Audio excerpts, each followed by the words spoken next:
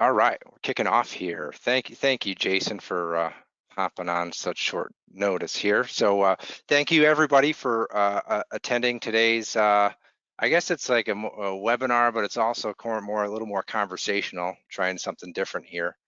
So I know Jason Webb for a long time now, and we've always tossed ideas back and forth, on just different topics to discuss in the industry. Jason's obviously heavily involved in the NFPA code cycles and all that. And I tossed an idea a few weeks ago by him, and yeah, he came right out of the gate, blurring the lines between NFPA 72 and NFPA 25. So we'll kind of get into it here in a second.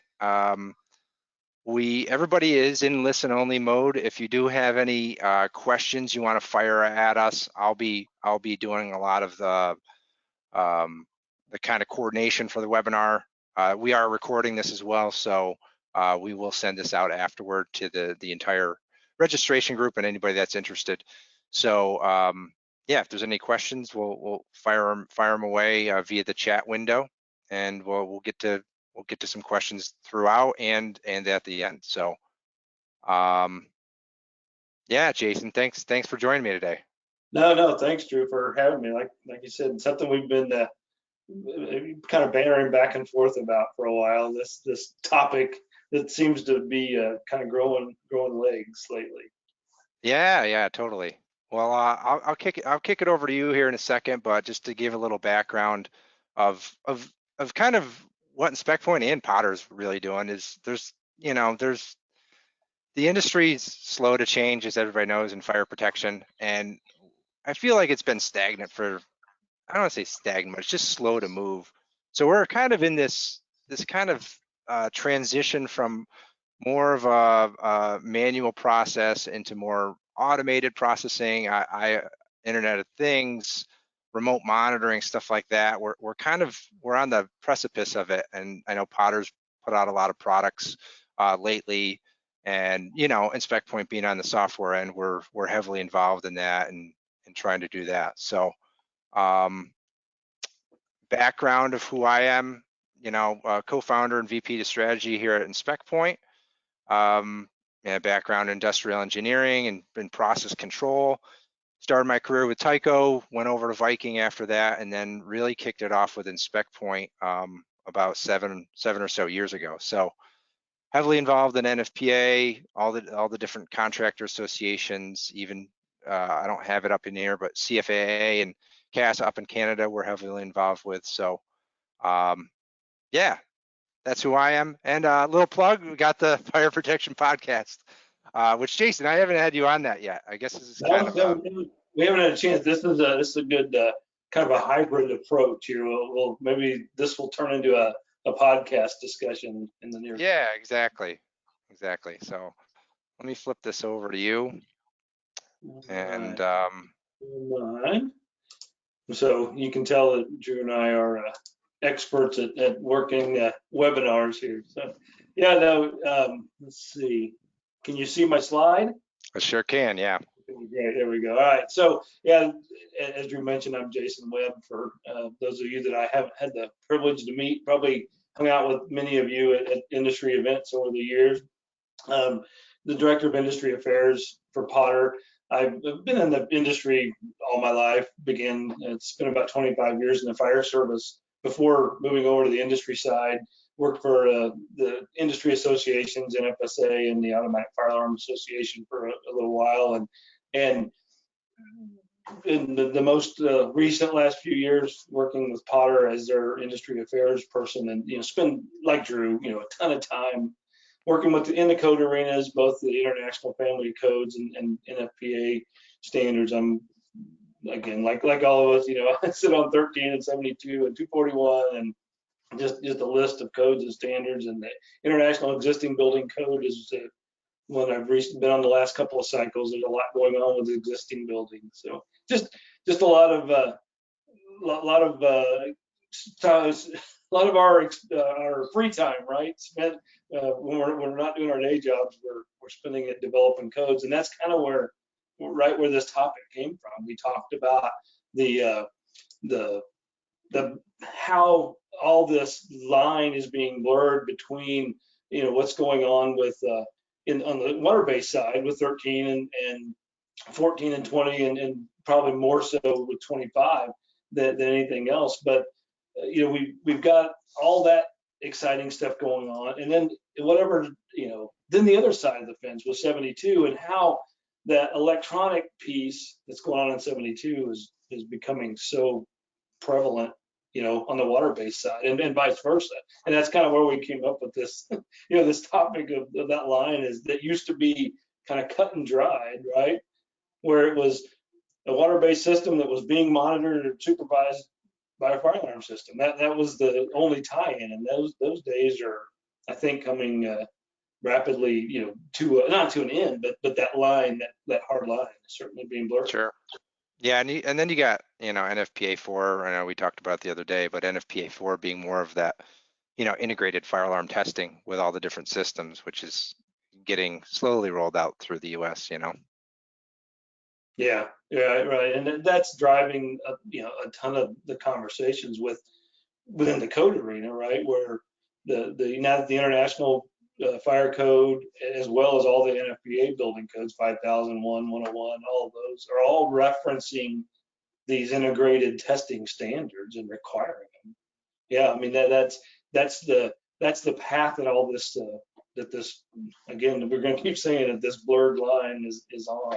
It's being driven by, really ultimately, by the needs, of the owners, the AHJs, kind of those end users. And what we see at Potter is that it really revolves around data. Data is becoming increasingly important. It's, in the past, it was, I don't want to oversimplify it, right? I mean, we know there's a lot more that goes into it than pass fail, but that was the report piece, Yeah. That was what an AHJ, and I as an AHJ kind of looked for, red light, green light on an inspection form. That was it, and that's all we had, right? We didn't have a lot of options in the past, but we do now. These owners, and again, the AHJs and the facility folks, really everybody, all the stakeholders, they want some information. They want the data. They want to be able to make a decision about the future, not just, did it work when you were there or not? Sure. Yeah, and I think it's still in the pass fail. I really do. There's some analytic information from obviously some of the stuff you guys are doing, but yeah, even just the way inspection reports and have been done over the years with building owners and obviously the contractors doing those, essentially it's a red and green, right? There's no, I guess there is a yellow in there with and classifying some deficiencies as different statuses, different stages, but there's a lot of there's some data in there, whether it's from flow testing, from pressure, air pressure in systems, right? That we can, if you're grabbing that data, whether it's, I mean, obviously you're going to do that on an inspection report, but if you can gather that real time and put it into a model, you'll get a better idea of what your systems are doing. And I know that's what we're kind of getting toward. So yeah, the red light, green light, well, it's never going to go away. I mean, when you write a code, when you write a law, essentially you're talking about did it pass or not. So that it's really difficult, to quantify anything else in a statutorily, right? When you write it in a code language. So there's always going to be a requirement to document whether something quote unquote passed or failed or not. But even that's starting to be, the code for the folks that write these standards and the requirements that we all have to live by, everybody's kind of struggling with even that. I think of like NFPA 25 in the last few cycles. In the past, NFPA 25 had a requirement to test a flow switch, right? I mean, something that we know a little bit about, at Potter is, testing a flow switch, but that's what NFPA 25 said up until what, the 2020 edition. It said, Yeah. did you test the flow switch? That was Right. really that was it. And that was that kind of red light, green light that you got on an inspection form, was a check mark, yes, we tested the flow switch. Well, you get savvy property managers, savvy owners, AHJs, they're saying, well, wait a minute, I want a little bit more information. I don't Yeah. want to know, did it pass? I want to know, how long did it take to activate? What are the other issues we're dealing with? Well, where does all that information come from? That comes out of an NFPA 72, and that's kind of that crossover that we've been talking about. The 72 has always had the requirement for ring the bell in 90 seconds plus the 10 seconds to for the panel to do its thing. All those times were in 72. We used 13 has the old standby of 5 minutes from the mechanical water gong days Yep. that always stayed in 13. But we've got the ability to kind of can we start to track these flow switch response times, and can we see those change over time? Can we extrapolate information from that? Is that showing us something, or is it not? Right? I mean, again, you got a requirement in the water-based standard to test the switch. Their pass-fail criteria comes from the alarm standard, and somehow we've got to correlate those two, right? And that's Correct. what the committees are struggling with. And to be honest, I mean, how do we do this?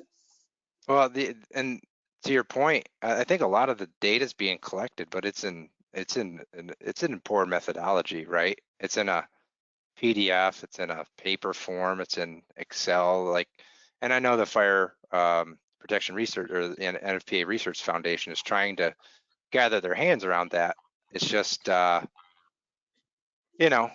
are you trying to grab? And I think there's a way to do it. It's just, it's got to be in some sort of digital format, whether it's obviously inspection reporting that's digitized or whatever, or some of the remote monitoring stuff where that's going to be automatic and you can log all that information, real time. Yeah, there's that piece, and then there's also the piece of I've talked with folks, as I know you have, with the insurance industry, and they're saying that we give credits for ensuring that these systems are inspected and tested properly, and are they going in the future? They're going to accept a check mark on an inspection form as proof that the system works. I mean, there's a lot. We can have a conversation all day long about they should accept or they shouldn't, right? Because that person's qualified, they're licensed by the jurisdiction or whatever.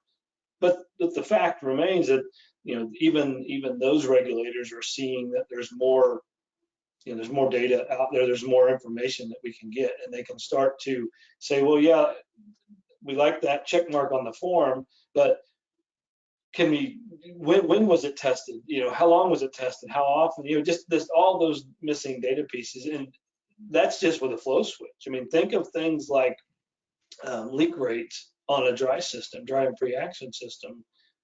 In the past, again, go back in the history of our ITM standards, and 25 until the 2008 version or edition or so, all they ever said about leak rates on dry and pre-action systems was if it leaked more than, I think it was 10 psi a day, it needed to be addressed, right? Well, what are you going to do? There's a lot of systems out there, right?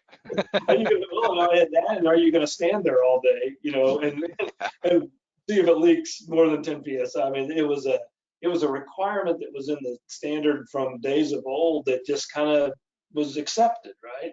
And you start to see people say, wait a minute, I want to know a little more about my system than just does it leak 10 psi a day or not. And again, that's where that line kind of gets blurred. I think that 10 psi, or at least that magic number of 10, it lived in both 72 and 25. 72 just says you got to alert somebody if there's a 10 psi high or low from where it's supposed to be.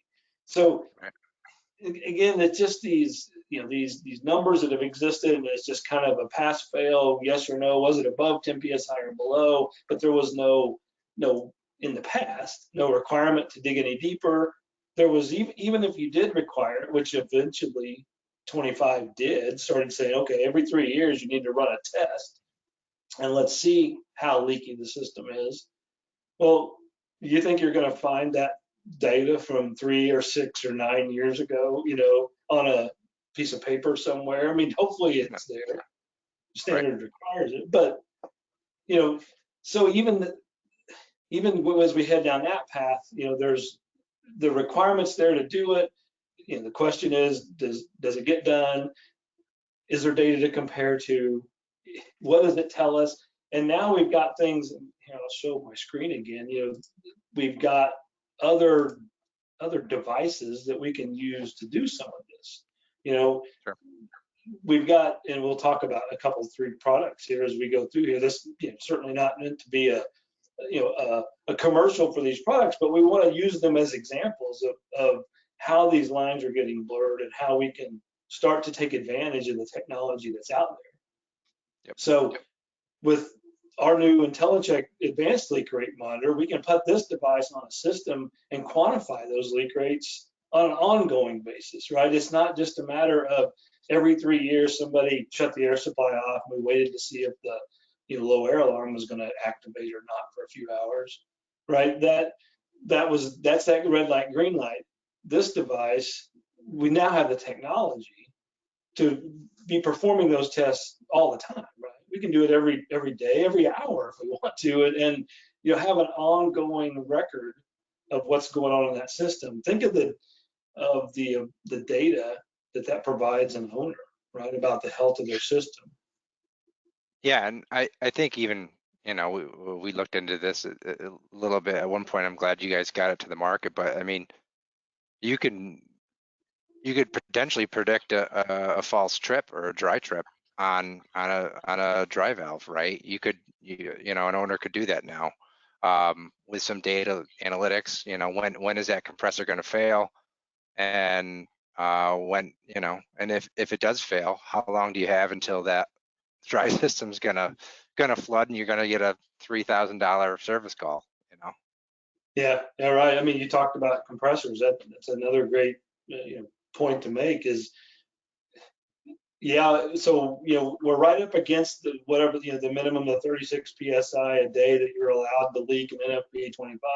Well, what does that mean for an air compressor? And that's putting a lot of strain on an air compressor or a nitrogen generator that's having to keep up with those leak rates, right? And is that again, to your point, is that the direction we want to go? We have the technology to be taking a peek at these systems, knowing what's maybe coming down the line, right? If that leak rate is increasing over time, you've got the ability to do something about it. In this slide, we kind of show the screen of the device itself, and then the data that's available remotely through our Intelliview dashboard.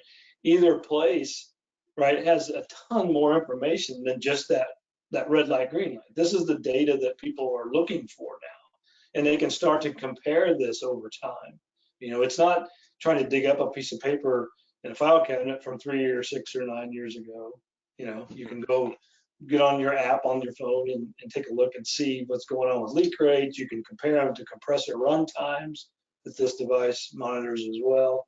All those things, and you can start to put together a picture, of the health of the system, instead of just where 72 is requiring you to ring a bell at a certain, high or low mark, and 25 saying, every 3 times a decade, you need to take a look at the system and see how leaky it is. This helps blur all those lines. It allows you to keep an eye on things constantly.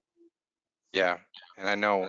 I mean, this is not a blurred line. This is more on just the 25 side in general. It's, I know some facilities that have, for annual flow tests just to see what their pressures are throughout the year. They're automatically tracking that, and instead of, essentially, you don't even need to do a quarterly or annually flow test anymore, because you constantly know what the the flows and or at least the pressures are. So if you're getting swings and pressure, it's very similar to what you guys put out. So I think that goes into a lot of those critical points within NFPA 25. And obviously it blurs over to 72 once you push it to the fire alarm side. Yeah, all these devices are, and that's part of that NFPA 4 piece you touched on a while ago, where they are certainly interconnected, if not integrated. These are all definitions, that we've developed over the last few cycles. But where we have an integrated system that requires the other system to operate, but that's not these aren't necessarily integrated with each other, but they are certainly interconnected. You can now the fire alarm code, the fire alarm side can start looking more deeply into the health of a system that it's responsible for monitoring. So we can start to get a better sense of the health, as opposed to just whether or not it crossed that line that somebody came up with 30 years ago in a code hearing, that 10 psi or whatever it is. Yeah, pulling it out of the air. Yeah. Well, and that's all we had, right? That's all we do in the past. Right. Hey, quick question from the group. I guess when you're doing that verifying that flow test, right? If you're testing that flow switch from the NFPA 25 side as the inspector, you have to verify that with the fire alarm system, right? And usually the sprinkler persons or the fire sprinkler contractor's not doing that, so they're having to coordinate that with 72. Am I correct? Well, yeah. Ultimately, yeah. That's right. I mean, that question hits the nail on the head. Whose responsibility is it? The code doesn't care, right? The standards, they just establish the criteria, the frequencies and all those things. Those are all the sticky details that an owner, a facility manager, the contractor even has to figure out. Is it a different trade? Is it a different company that has to come in? Trying to coordinate all that's the kind of stuff that we're talking about. That's becoming so much more difficult, right? As these lines get blurred, who is going to do it? So, I mean, there's no real answer to that question. The sprinkler folks will give you one answer, the alarm folks will probably give you another, and the owner says, I don't care, just give me something that keeps the fire marshal off my back. Yeah, exactly. Good question, Steve. I know that there's your blurry line right there. So yeah, good stuff. I mean, that's it. Like you said, hits the nail on the head. That's the issue.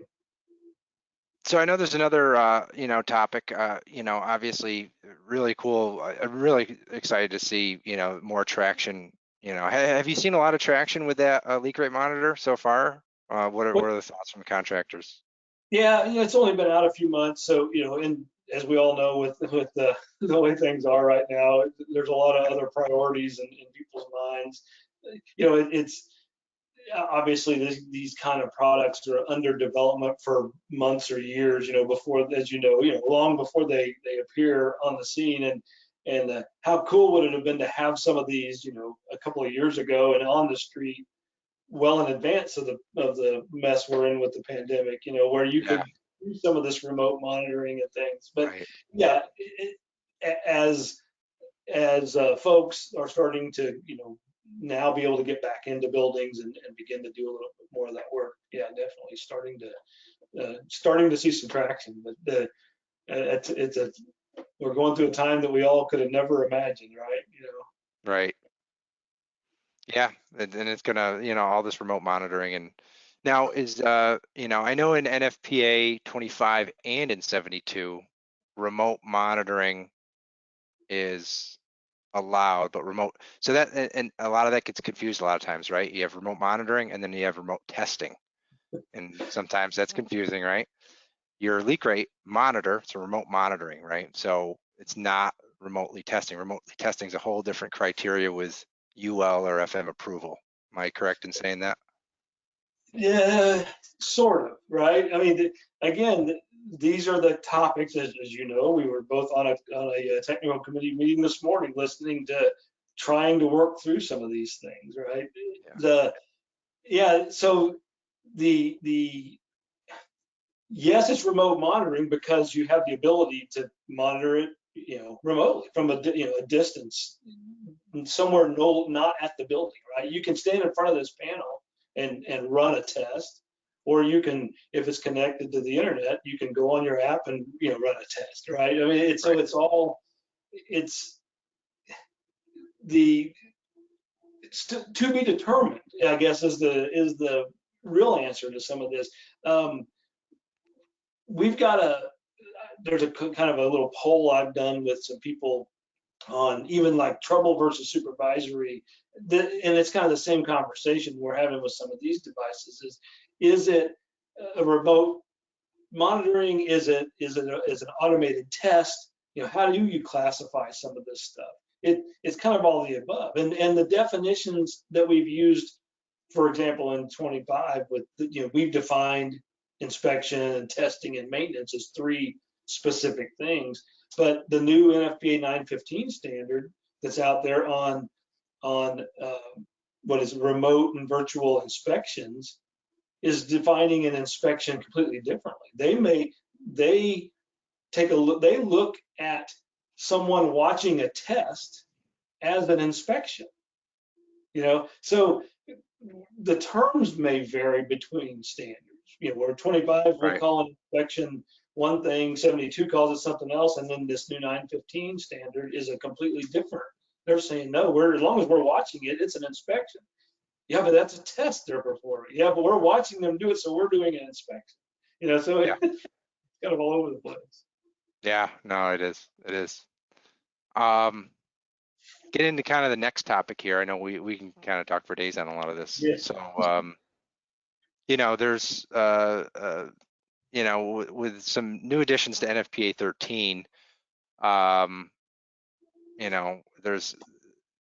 there's a solenoid valve and a lot of different valving, as well as water suppression, and even on the chemical side, right? So I know in NFPA 13 they have a new part of the standard where you have to monitor the solenoid. Is that correct? Right. Yeah, and this again goes back to the old requirements of monitoring the position of a valve, on a water-based system.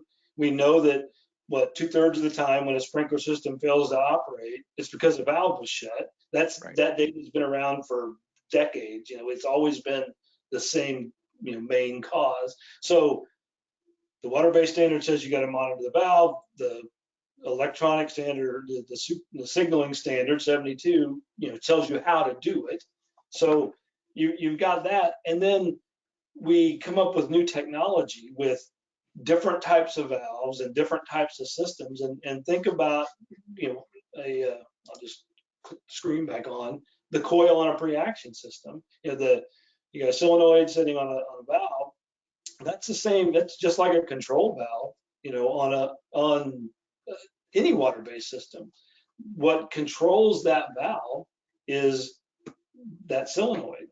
So what we've all come to find out is that these coils get removed from the solenoid, gets popped off the valve during inspection and testing to prevent accidental discharge, and then unfortunately can easily get left off or never get installed properly, or gets damaged, or whatever happens. And 72, you mentioned like the chemical side, 72 even requires on a suppression system that the technician remove the coil before they do their inspection and testing to prevent unauthorized discharge. So we've had Right. this habit that we've gotten into, and necessarily to remove that solenoid.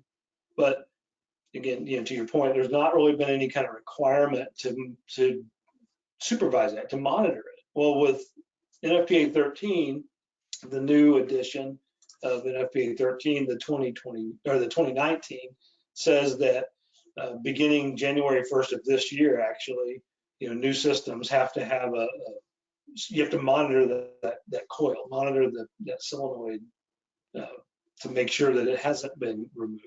So back to that conversation about wanting more information than just red light, green light, right? That this is another example of a device. Now we've got the technology now to do more than just yes or no. You know, is the coil in place, yes or no? With the coil keeper, we monitor the coil position, but we also let you know whether it's open or shorted, if there's any damage, you know, to the coil itself. If it's not installed properly, you know, it'll let you know that it monitors a lot more than just that red light, green light, you know, position of the valve. So is this a trouble or a supervisory when it goes back to the panel? There you go, right? I mean, there's the conversation that I'm going to have many times over the next few years. We've got even with NFPA 915, the conversations that are going on, you know, with that committee. How about a blurry picture on a video camera? You know, Oh, is God. that blurry picture on a video camera supervisory or trouble? So yeah, I mean, those, there you go. You know, obviously a valve not in the right position needs to be a supervisory condition, needs to get somebody's Right. attention. But yeah, these questions are looming out there. We got to figure some of these things out. But this device is really a leap ahead, right? In terms of watching just that, you know, the position of the valve, as opposed to just is it in the right position? It does so much more than that.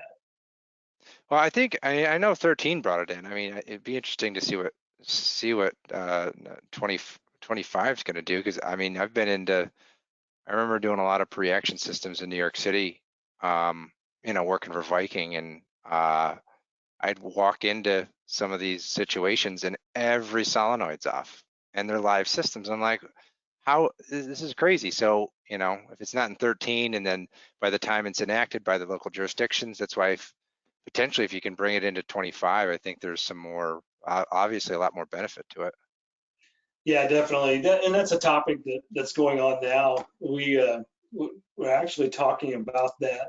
And so I'm on NFSA's Engineering and Standards Committee, and we talked about that during our last Quality Assurance Committee meeting with NFSA. What was the fact that this was a requirement to monitor this coil position that goes forward from January 1st of this year. But now that the technology exists, is it, to your point, is it appropriate to either via a TIA in 13 to the previous editions, or, you know, into 13 or into 25 for existing systems? What's the right path? But yeah, those are the stories that we hear all the time now that this is out there. In the past, again, so much of this conversation we're having today is about, we didn't have a lot of these options in the past, and now we do. So, you know, can we do something more about this? And this is an example of that. Now that this technology exists to supervise and monitor the position of these coils, yeah, do we wait several years for this to trickle through the adoption process, or do we do something, you know, try to get these on existing systems that we know are being left, you know, out of service every day? Sorry, somebody's got their hand raised. Brent Early's got his hand raised in here. So Brent, if you want to toss your question in the chat, I'd be glad to answer it. We get to watch Drew trying to read and I know, choose sorry. it right? I got some good questions here. Actually, let's hit this one while we're going through it. Question about, and it's a little off topic of kind of what we're doing, but since I got a powder guy on here, Mr. Nitrogen, you know, the question was, I guess probably myself brought up, you know, not flow testing frequently or even annually. Let's see. I guess there's issues with MIC or some kind of corrosion in a sprinkler system. So to avoid more frequent testing, to do this, but when you do that testing, you can obviously flush out the system of a lot of that corrosion. Now, I don't know if that's a wet system or their dry system they're talking about, but is some of that data going to go back in and potentially swing the frequency for an annual or even semi-annual in NFPA 25? Yeah, no, whether it's going to happen or not, ultimately who knows, but the conversation is certainly happening. Think about I think the best example of that is ice plugs, in a freezer system, the annual requirement to inspect for ice plugs, right? So with nitrogen, that the dew point of a nitrogen in a system is 70 below zero. So the moisture that's in there is evaporated very quickly, any moisture that's left in the system. So the point is the chance of there being an ice plug is almost zero in a system with nitrogen.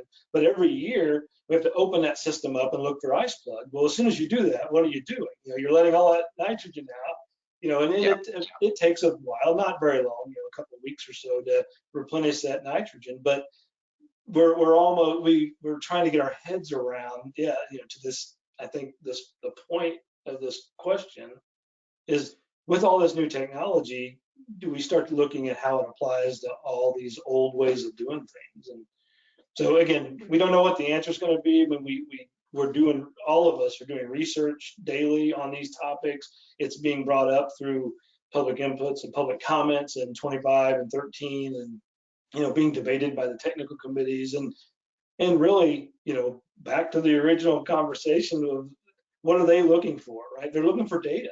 We've got to go back and look at the data on some of this stuff. And now we've got the ability to start to do some of that. So, great conversation. Yeah, totally. Last topic here before we kind of wrap it up. With monitoring and supervision, I know being involved with some metro areas, there's some different requirements locally right now, and I know NFPA is getting brought into a specific code for that, for temporary systems, temporary fire protection, construction sites, stuff like that. What is your experience been there so far with some of the new NFPA codes? Yeah, no, again, another one of these kind of, I hate to say hot topic, that's a terrible analogy to use when we talk about fires and construction sites, but what makes the news are these fires in the construction sites that we see all the time. And so NFPA 241, the standard that addresses fire safety on these sites. The new edition that just was published, or will be published this fall, but the work on it is all finished. The new edition will require, whenever these water-based systems are in place on construction sites, that they have to be supervised and monitored. But the issue's always been, again, kind of back to the 72 side. How do we do that with the pathway survivability that we struggle with, even in new construction or existing buildings? How do we monitor, let's just say, a pressure switch that's on a standpipe system? It's got some little bit of supervisory air on it, just to make, kind of monitor its integrity during the construction process. Well, how do we do that on a construction site when things are changing constantly, and trying to run wires to a panel someplace would just, it would never work. So right, the next kind of another piece of technology that's out there today that didn't exist, just even a few months ago, was, in our case, it's called the signaling bridge. It's a totally wireless device that allows you to monitor any dry contact switch with a wireless signal from the device back to a panel. So the panel could be in a construction site, let's say. The panel could be in the trailer, right, and have the receiver on it, the pressure switch on the standpipe system somewhere in the building, and this wireless device making the connection. So it allows us to do things today that we weren't allowed to do in the past, where the water-based standards wanted to, somehow be supervised. The electronic standards were trying to figure out how to do that. Well, now we've got this, pardon the pun, but a bridge, between those two, with our signaling, that allows us to wirelessly monitor and supervise these devices. So that's its own wireless network. essentially, right?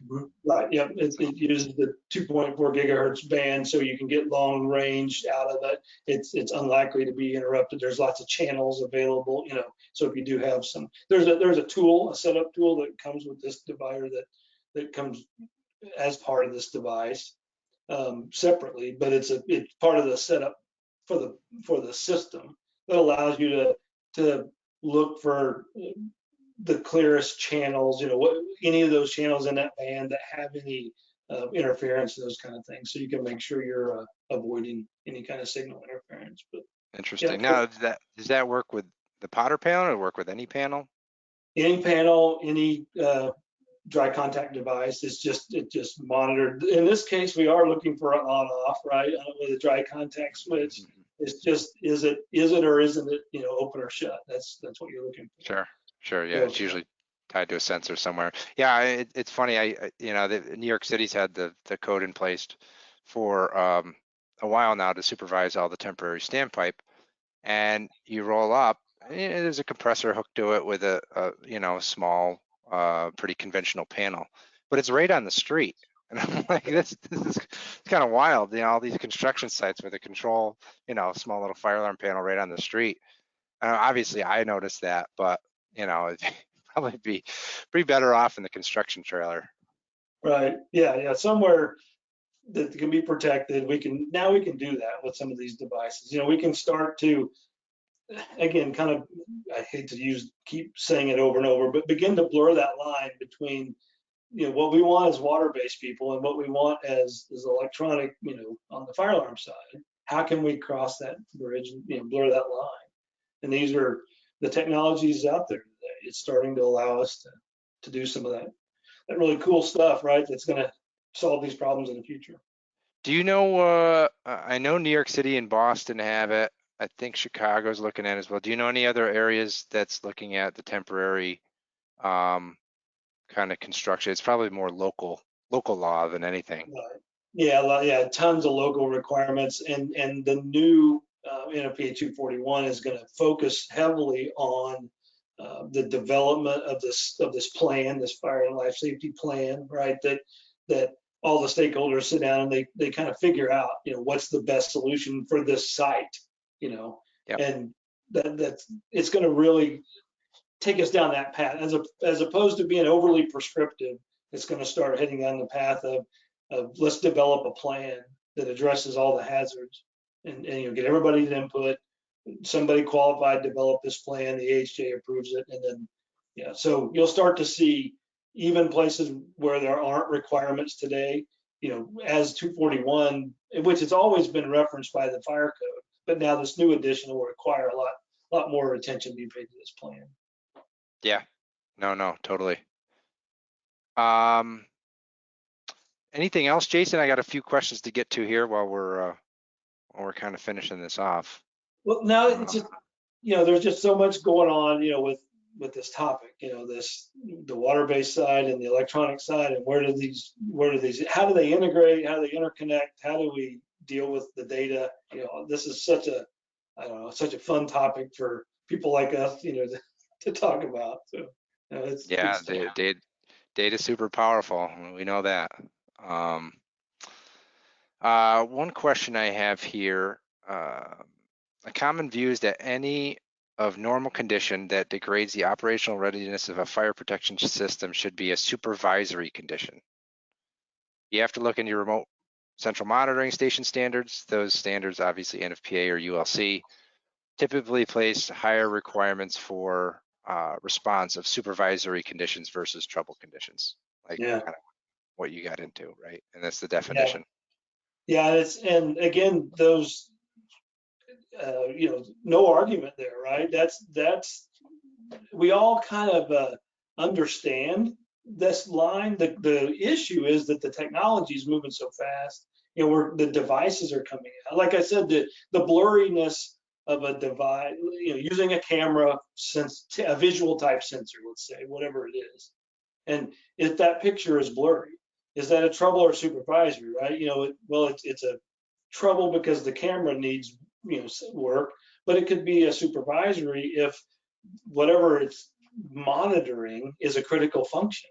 So these are great conversations to be having. Yeah, no, totally. Yeah, if anybody has any other questions that you got Jason and I right now, you don't get that too often. So toss a couple questions in the chat. I know there's a few here that I might take offline. I'm going to share these with Jason after to kind of reach out via email or some of our team or the Potter team. So if there's any question, feel free to raise your hand, type it in the chat, and if you got a physical question, maybe we could even take you off mute. But That's guess raise dangerous. your hand. Yeah, I know, right? First one I've done in a while. So No, and like you said, we'd be happy to reach back out to folks and send an email to Drew or I. We're easy to find. yeah, and maybe we do some follow up on an upcoming podcast this fall. I know somebody asked us if we're going to be at AFSA in September, and I guess we're both presenting, right? No, yeah, definitely be there in September and then NFSA in October. Yep, yeah, both at that. Yeah, I think that's kind of that's what I got so far. If there's any more questions, feel free to type it in the chat, and we'll hang on for a couple more minutes. But what any other shows this fall that you're going to be at, Jason? Next week, heading to the AFSA Florida show to talk actually about this very similar topic. I think the class is called the Long Road Towards Remote and Automated Inspection and Tests. And very similar, kind of conversations. But we're going to talk about a little bit. We're going to dive into the codes a little bit more at AFSA Florida next week. So I know if you happen to be down that way, come to the AFSA conference. I'm doing the Washington Fire Marshals in October. We're going to talk about remote and automation and a bunch of this stuff with a bunch of good AHJ folks up in Washington State. So it's that season, as you know, it's that time of the year, Rob. Yeah. Well, yeah, and AFSA, NFPA are big, and then Spec Point's going to be at CalSafe, which is in Palm Springs. That's more on the suppression side. That'll be big because there's some new changes in California, the state of California, with some of the AES forms and all that, getting into the whole form thing and that's the trouble if you kind of keep it in the form designation, contractors and building owners kind of move toward that PDF paper version, right? Where you can't really do anything with the data in that format. So if it's in some kind of electronic format, it's a lot easier to do. So I think, we're trying to work with California on some stuff there. So it should be interesting. Yeah, data's king right now. Yeah, I think that's all we got. So thanks again, Jason, for doing this. This is fun. I'm first time doing kind of a conversational webinar. Yeah, good. Well, no, I appreciate it. Thanks for the time, and yeah, good time. These are to me, we both present all the time and have for most of our lives, and it's so much more fun for everybody to have a conversation than just to hear somebody clicking through slides. So yeah, no, it's good. So again, we'll be shooting some emails out from Potter and Spec Point to follow up on some of your questions, and we'll put this live on YouTube as well. So have at it. Yeah. Cool. All right. Thanks, Drew. All right. Yeah. Thanks, Jason. See you, everybody. Take care.